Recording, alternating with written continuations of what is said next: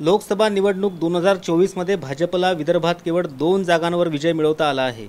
या ठिकाणी अकोला, अमरावती, बुलढाणा, यवतमाळ, वाशिम, वर्धा, चंद्रपूर, गडचिरोली, भंडारा, गोंदिया, रामटेक, नागपूर या मतदारसंघांपैकी केवळ 2च मतदारसंघांमध्ये भाजपने विजय मिळवला।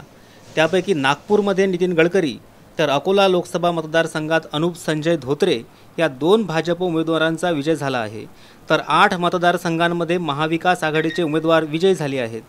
विजयानंतर नितीन गडकरी आणि कार्यकर्त्यांनी नागपुरात जल्लोष साजरा केला, तर भाजपचे अनुप धोत्रे यांनी देखील अकोल्यामध्ये कार्यकर्त्यांसमेत एकच जल्लोष केला।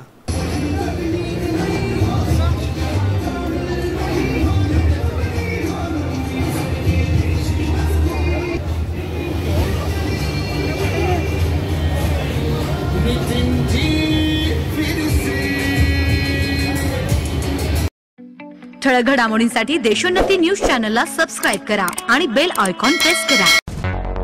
मुंबई, पुणे, नागपूर, मराठवाडा असो का विदर्भ, राजकीय, सामाजिक, शैक्षणिक क्षेत्र असो का क्रीडा, सर्वच घडामोडीचे विश्लेषण पाहायला विसरू नका।